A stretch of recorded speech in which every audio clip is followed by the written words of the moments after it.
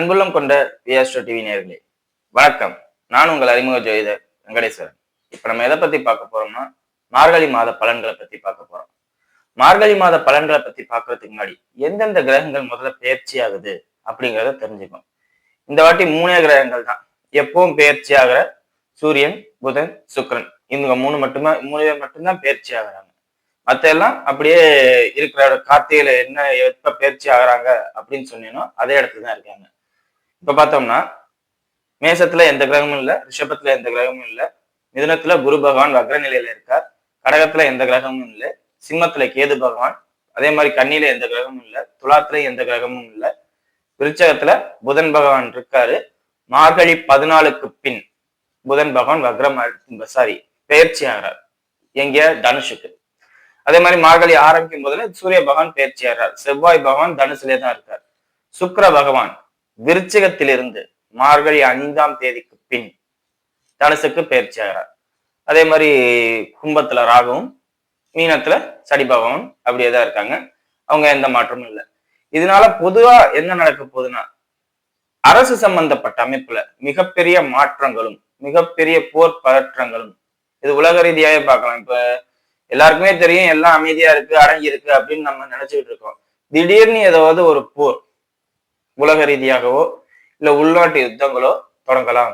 அதே மாதிரி சண்டை சச்சரவுகள் அதிகமா நடக்கும். ஆளுமைக்காண்டி பவருக்காண்டி நான் ஃபர்ஸ்ட் நீ ஃபர்ஸ்ட் உன் நாடுகளே அடிச்சுக்கிற மாதிரியோ இல்ல நாட்டுக்குள்ள இப்ப பொண்ணுல அரசு நமக்கே தெரியும் அடுத்த வருஷம் எலெக்ஷன் வரப்போகுது. அப்ப தலைமை பதவிக்காண்டி போட்டி பொறாமைகளால பெரிய சண்டைகளா, அதாவது இழப்புகளோட சண்டைகளா அதிகமா வரும்.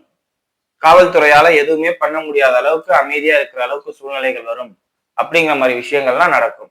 அதாவது ரொம்ப இப்ப கொஞ்ச நாளைக்கு முன்னாடி கரூர் இன்சிடென்ட் பார்த்தோம். அதுக்கு ஈக்குவலான ஒரு இன்சிடென்ட் இப்ப நடக்கிறதுக்கு வாய்ப்புகள் இருக்கு. ஆனா உயிர் சேதங்களா இருக்காது. பவரை காட்டுற மாதிரி, நான் தான் பெரியவன் அப்படிங்கிற பவரை காட்டுற மாதிரி சண்டையா நடக்கிற மாதிரி சூழ்நிலைகள் வரும். அதெல்லாம் மக்கள் கொஞ்சம் கவனமா இருந்து நீங்க எந்த பாதிப்பையும் மாட்டிக்காம இருந்தீங்களாவே போதுமானது. சோ அதுக்கு கவனமா எந்த ஒரு வேலையும் பாருங்க. அனாவசியமா அவங்களுக்காண்டி பாக்குறேன் இவங்களுக்காண்டி பாக்குறேன்ட்டு உங்களோட லைஃப்ல எதுவும் பாதிப்பை ஏற்படுத்திக்காதீங்க. சரிங்களா? இது பொதுவா. இப்ப 12 ராசிகளுக்கும் எப்படி இருக்கும் அப்படிங்கிறத வாங்க பார்ப்போம். கடகராசி என்பர்களே, ராசிக்கு 6ஆம் இடத்தில் சூரியன் செவ்வாய் சேர்கிறார்கள். செவ்வாய்னா யாரு? 5ஆம் அதிபதி 10ஆம் அதிபதி.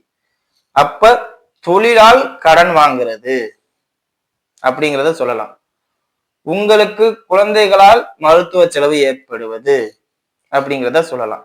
ஏன்னா 6ஆம் இடத்துல இருந்து 12ஆம் இடத்தை பாக்குறாங்க. அப்ப நீங்க ஹாஸ்பிட்டல் போறது யாரால இருக்கும்? ஒண்ணு உங்களுக்கு பல் எலும்பு சம்பந்தப்பட்ட அமைப்புகளால ஹாஸ்பிட்டல் போகணும், இல்லாட்டி 5ஆம் அதிபதினு சொல்லக்கூடிய செவ்வாயால ஹாஸ்பிட்டலுக்கு போகணும். இல்லாட்டி வேற ஒண்ணு இருக்கு, என்ன? ஷாக் அடிச்சு தீக்காயம் பட்டு யாராவது ஒருத்தர் ஒண்ணு இல்ல கிச்சன்ல வெட்டிட்டு இருப்பீங்க, கையில கட்டாயி அப்படிங்கிற ஒரு அமைப்பால ஹாஸ்பிட்டலுக்கு போற தன்மை. சரிங்களா? சோ மொத்தத்துல ஏதோ ஒரு ரூபத்துல இந்த செவ்வாய் உங்களை மருத்துவமனைக்கு போக வச்சுக்கிட்டே இருப்பாரு. சோ அதை மட்டும் பாத்துக்கங்க. எந்த அளவுக்கு அவர் மருத்துவமனைக்கு போக வைக்கிறாரோ அந்த அளவுக்கு வருமானத்தையும் கொடுப்பார். அதுலயும் எந்த மாற்றமும் இல்லை. அதாவது செவ்வாய் உங்களுக்கு ராஜயோகாதிபதி. அந்த ராஜயோகாதிபதி 6ல உட்காரும் போதுல பணமும் கொடுப்பாரு, அவஸ்தையும் கொடுப்பாரு. இது எப்படின்னா 10 ரூபாய்க்கு சம்பாரிச்சா 10 ரூபாய்க்கு செலவு வருது. இதுதான் செவ்வாய் 6ல உட்கார்ந்தாவே இந்த அமைப்பு. இது சூரியனோட சேர்ந்ததுனால முதுகு தண்டுவட பாதிப்பு, முதுகெலும்பு வலிக்குது, இதயம் சம்பந்தப்பட்ட பாதிப்பு, தலை வலிக்குது. அதாவது செவ்வாயால 10 ரூபா கொடுத்து 10 ரூபா இருக்கு. இதுக்கு காரணமே செவ்வாய் தான். அந்த செவ்வாயோட சூரியன் 6ஆம் இடத்துல சேர்ந்ததுனால சூரியனுக்கு அந்த பாதிப்பை கொடுத்துருது. இப்ப சகவாச தோஷம் நாங்க அதுக்கு பேர். அந்த மாதிரி சேர்ந்ததுனால இப்ப ஒண்ணு இல்ல, உங்க ஃப்ரெண்ட்ஸோட சேர்ந்ததுனால அவர் பண்ண தப்புக்கு உங்க பேர் மாறுதா இல்லையா? அந்த மாதிரி செவ்வாய்க்கு உற்ற நண்பன் சூரியன். அதனால அவரோட சேர்ந்ததுனால அவர் பண்றது இவரும் சேர்ந்து நீ பண்ற மாதிரி நானும் சேர்ந்து பண்றேன்டா என்னோட காரணத்துல அப்படின்னு பண்றது. வேற எதுவும் தலைவலி, முதுகு தண்டுவடம் சம்பந்தப்பட்ட அமைப்பு, இதயம் சம்பந்தப்பட்ட அமைப்பு, இதுல எல்லாம் பாதிப்பு இருக்கிறவங்க கொஞ்சம் கவனமா இருங்க. பொதுவாகவே பயண அலைச்சல் அதிகமா இருக்கிறவங்களுக்கு முதுகெலும்புல பாதிப்பு வரும். சோ இந்த சூரியன் செவ்வாய் சேர்க்க வரும்போதுல செவ்வாய் தான் எலும்பு, சூரியன் முதுகெலும்பு, ரெண்டும் சேரும் போதுல முதுகெலும்புல ஆப்ரேஷன் பண்றது கூட அமைப்பு வரும். சோ ரொம்ப கவனமா இருங்க அப்படிங்கிறத சொல்றேன்.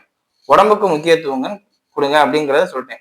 10க்கு குருவோட பார்வையோட இருக்கு. அப்ப இந்த காலகட்டத்துல கடகராசியினர் அனைத்து நபர்களுக்குமே குழந்தைகளால், ஏன்னா குருதான் புத்திரகாரகன், புத்திரகாரகன் 5ஆம் அதிபதியோட பார்வையில 12 குழந்தைகளுக்கு அதிகப்படியான மருத்துவ செலவு அப்படிங்கிறத சொல்லலாம். சோ குழந்தைகள் சம்பந்தப்பட்ட விஷயங்கள ரொம்ப கவனமா இருங்க அப்படிங்கிறத சொல்லலாம். சரிங்களா? நெகட்டிவா பேசணுங்கிறது என்னோட நோக்கம் இல்ல. 5ஆம் அதிபதியும் 5ஆம் அதிபதியும் புத்திரகாரகன் சொல்லக்கூடிய குருவும் சேர்ந்து அந்த இடத்த 5ஆம் இடத்துக்கு சம்பந்தப்பட்ட இடங்கள் தான் 6, 12ஓட தொடர்பு அதிகமா இருக்கிறதுனால அதை கொஞ்சம் கவனமா பாத்துக்கோங்க அப்படிங்கிறத சொல்றேன். சரிங்களா? யாருக்கு தெரியும், சமயத்துல குழந்தை மாசமா இருக்கலாம். நீங்க மாசமாக பெண்களாக இருக்கும் பட்சத்தில் மாசமாகலாம், ஆண்களாக இருக்கும் பட்சத்தில் உங்களுக்கு அடுத்தது ஒரு குழந்தை ஏற்பாடாகலாம். அதனால கூட உங்களுக்கு இந்த அமைப்புகள் வரலாம். சோ எதா இருந்தாலும் ஒரு பாசிட்டிவ் வைப்ரேட் தானே, ஏதோ ஒண்ணு பாசிட்டிவா நடந்தா ரைட்டு. அப்படி இருக்கிற குழந்தைகளுக்கு மருத்துவ செலவு வரும், புதுசா ஒரு குழந்தை கன்சீவ் ஆகிறதுனால மருத்துவ செலவு வர்றது தப்பே இல்லை. ஏன்னா அதுவும் குழந்தைக்காண்டி தான் நம்ம ஹாஸ்பிட்டலுக்கு போறோம். சோ இந்த அமைப்பையும் கொஞ்சம் பாத்துக்கோங்க. எல்லாமே நல்லா இருக்கு அப்படிங்கிறத சொல்லலாம். சோ மொத்தத்துல ஏதோ ஒரு செலவு, வீண் செலவு நடக்கும் அப்படிங்கிறதுல எந்த மாற்றமும் இல்லை.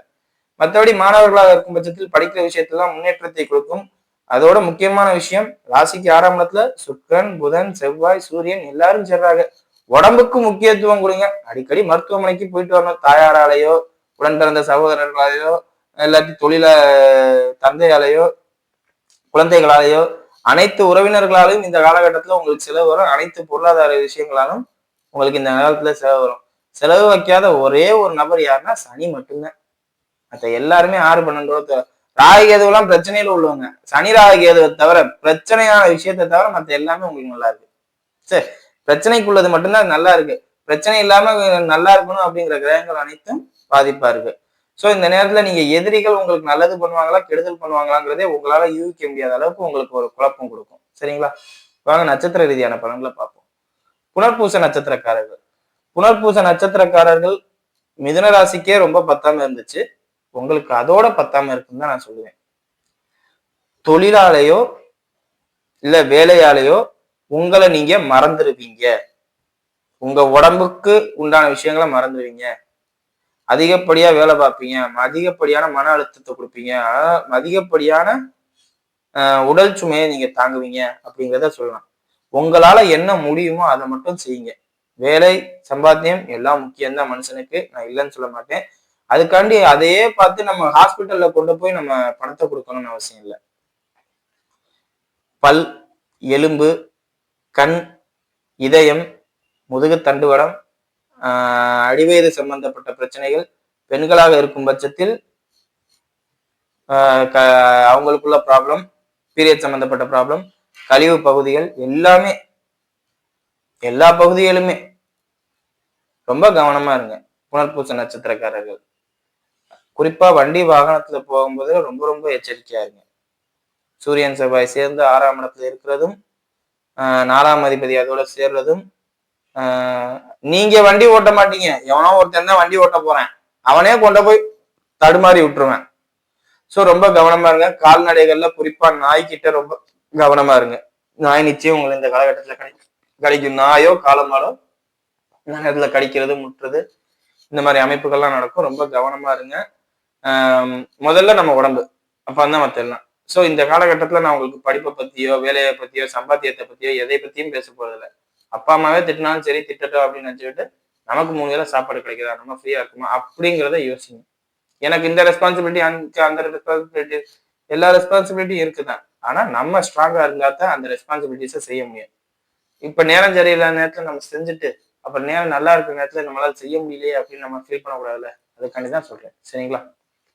அடுத்தது பூச நட்சத்திரக்காரர்கள். பூச நட்சத்திரக்காரர்களை பொறுத்தவரை இந்த காலகட்டத்துல கணவன் மனைவிற்கு இடையே உள்ள ஒற்றுமை அதிகமா இருக்கும்.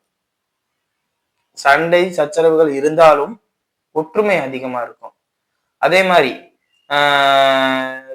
பிரிவினையும் சில சமயம் கொடுக்கும். பிரிவினையை கொடுக்கறதோட உடல் தேவையில்லாத வலி, உடல் அலைச்சல், மன உளைச்சல், இந்த மாதிரி விஷயங்கள்லாம் இருக்கும். சோ அதெல்லாம் கொஞ்சம் பார்த்துக்குங்க. ஆனா இந்த காலகட்டத்துல கணவனோட ஒற்றுமையாவும் இருக்கும், உடல் அலைச்சலும் மன உளைச்சலும் இருக்கணும். அப்படிங்கும் பட்சத்தில் ஒன்னும் உங்களுக்கு குழந்தை சம்பந்தப்பட்ட அமைப்புகளை ஏற்படுத்தி தரணும், இல்ல வேற ஏதாவது வெளியில போற பயண அமைப்பு, வீடு கட்டுறது, இந்த மாதிரி ஏதோ ஒரு உற்பத்தியான விஷயங்கள் நிச்சயம் பூச நட்சத்திரக்காரர்களுக்கு இந்த காலகட்டத்துல கிடைக்கும் அப்படிங்கிறத சொல்லலாம். இதோட முக்கியமான விஷயம், சூரியன், செவ்வாய், சுக்கிரன், புதன் 4 பேருமே குருவோட சேர்றதுனால உங்க ராசிக்கு ராஜயோகாதிபதி அவங்க. உங்க ராசிக்கு குருவும் செவ்வாயும் ராஜயோகாதிபதி. அப்போ உடல் அமைப்புல உங்களுக்கு ஒரு பாதிப்பும் இருக்காது. மன அமைப்புல தேவையில்லாத மனச்சங்கடங்கள் உண்டு. அப்ப வெளிப்பார்வைக்கு நல்லா பேரும் புகழும் கௌரவம் கம்பீரம் அப்படி கிடைக்கிற மாதிரி இருக்கும். இப்போ ஒண்ணும் இல்ல, வெளியில வரும்போது நல்லா ராஜா வேஷம் போட்டுட்டு வருவோம், வீட்டுக்குள்ள இருக்கும் போதுல வேலைக்காரி வேஷம். அந்த மாதிரிதான் வேலைக்காரன் வேஷம். சொல்லுவாங்கல்ல, வீட்டுல எலி வெளியில புலி, அந்த கணக்கு தான் உங்களுக்கு. சோ எல்லாமே வெளிப்பார்வைக்கு சூப்பரா இருக்கும். கொஞ்சம் பாத்துக்கோங்க. அதே மாதிரி ராசிக்கு 6ஆம் இடத்துல இத்தனை கிரகங்கள் சேர்றது கொஞ்சம் பத்தாத அமைப்பு தான். உடம்புக்கு முக்கியத்துவம் கொடுங்க, உடம்பை பார்த்துக்கோங்க. வேற எதை பத்தியும் நீங்க சிந்தனை பண்ண வேண்டாம், சரிங்களா? மற்றபடி எந்த பாதிப்பும் இல்லை. கடன் இந்த காலகட்டத்துல வாங்குற மாதிரி சூழ்நிலை ஏற்பட்டுச்சுன்னா தேவையானதை மட்டும் வாங்கிக்கிங்க, தேவையற்றதை தவிர்த்துக்கிறது ரொம்ப ரொம்ப நல்லது, சரிங்களா? அடுத்தது ஆயிலிய நட்சத்திரக்காரர்கள். ஆயிலிய நட்சத்திரக்காரர்களுக்கும் இந்த காலகட்டம் ரொம்ப கவனமா இருக்கணும். சிறு பயணங்கள்ல தான் ரொம்ப ரொம்ப கவனமா இருக்கணும். இங்க இருந்து வீட்டுக்கு போறது, வீட்டுல இருந்து ஆபீஸ்க்கு போறது, இந்த இடத்துலதான் நீங்க ரொம்ப கவனமா இருக்கணும். அதே மாதிரி எலும்பு பல்லு எல்லா விஷயத்திலயும் ரொம்ப கவனமா இருங்க. இப்போ அதாவது கடகராசிக்கு 6ஆம் இடத்தில், நான் ஓப்பனாவே சொல்றேன், 6ஆம் இடத்துல இத்தனை கிரகங்கள் சேர்றது, 12ஆம் இடத்துல இருக்கிற குருவை பார்க்கறது, குரு பார்க்க கோடி பாவ நிவர்த்திங்கிறது உண்மைதான். ஆனா அது தவறான கிரக சேர்க்கைகளுக்கு. ஆனா இங்க குருவே 12க்கு போயிட்டாரு, 12ல இருந்துதான் பாக்குறாரு. அப்ப இந்த நேரத்துல அவர் மருத்துவ செலவை தான் அதிகமா வைப்பாரு, வீண் விரயங்களை அதிகமா வைப்பாரு. அப்ப இது யாருக்குங்க சரியா இருக்கும்? இந்த வீடு கட்டிட்டு இருப்பாங்க பாத்தீங்களா, அவங்களுக்கு கண்ணா பின்னான்னு காசு செலவாகிட்டு இருக்கும். அதெல்லாம் நியாயமா இருக்கும். டைல்ஸ் வாங்குறது, கிரானைட், அதாவது வீட்டை நல்லா ஆடம்பரமா இழைச்சு கட்டுவாங்க பாத்தீங்களா, அவங்களுக்கு இது சரி. என்கிட்ட 1 கோடி ரூபாய் பணம் இருக்குங்க, நான் 1 கோடி ரூபாய்க்கு வீடு கட்டுறேங்கிறவங்களுக்கு சூப்பர் நேரம். இந்த மாதிரி அமைப்பு இருந்தாதான் பக்காவா கரெக்டான ஆர்டிஸ்டிக்கா பண்றவங்க எல்லாம் வருவாங்க அப்படிங்கிறத சொல்லலாம். அழகுபடுத்துறவங்களுக்கு ஆர்டிஸ்டிக் வருவாங்க. அதே மாதிரி மேக்கப் பண்ணிக்கணுங்கிறவங்களுக்கு இது நேரம் சரி. சும்மா போய் ஒரு நாளைக்கு 3 வாட்டி போய் மேக்கப் பண்ணிட்டு வருவாங்க, அந்த மாதிரி இருக்கும். சோ படம் காசுகளை நிறைய இருக்கிறவங்க செலவு பண்ணுவாங்க, இல்லாதவங்க என்ன பண்ணுவாங்க, கடன் சம்பந்தப்பட்ட அமைப்பு வாங்குவாங்க. தேவைக்கு உள்ளாத விஷயங்களை மட்டும் பயன்படுத்திக்கிறது நல்லது. அந்த நிலையான பேலன்ஸான லைஃபை கொண்டுட்டு வர முடியாத அளவுக்கு ஒரு சூழ்நிலை ஏற்படுறது, ரொம்ப தடுமாறுறது, டெய்லி ருட்டீன்ஸ் அதிகமாகிறது, அது இது இது அதுன்னு ஓடிக்கிட்டே இருக்கிறது, பயங்கரமான ஓட்டம் ஓடுறது, எல்லாத்தையும் எப்படியா சமாளிக்கணும், நம்ம கொண்டு வந்துடணும் அப்படின்ட்டு. பிளஸ் என்னன்னா செவ்வாய் 6ல, அது மட்டும்தான், வேற எதுவுமே இல்லை ஆயிலிய நட்சத்திரத்துக்கு. இல்லாட்டி அதுவும் அடிச்சு உட்கார வச்சிடும் அப்படிங்கிறத சொல்லலாம். சோ எல்லாத்தையும் சமாளிப்பீங்க, ஓகேங்களா? ரொம்ப பயப்பட வேண்டாம், ரொம்ப பயமுறுத்தவும் நான் விரும்பல. சமாளிப்பீங்க, கொஞ்சம் கவனமா இருங்கன்னு சொல்லிக்கிறேன், சரிங்களா? வீடியோ இப்பதான் ஃபர்ஸ்ட் டைம் பாக்குறதா இருந்தா லைக் பண்ணுங்க, ஷேர் பண்ணுங்க, கமெண்ட் பண்ணுங்க, சேனலை மறக்காம சப்ஸ்கிரைப் பண்ணுங்க. வேற எதுவும் ஜோதிராசனைக்கு கீழே உள்ள நம்பருக்கு கால் பண்ணுங்க. நன்றி.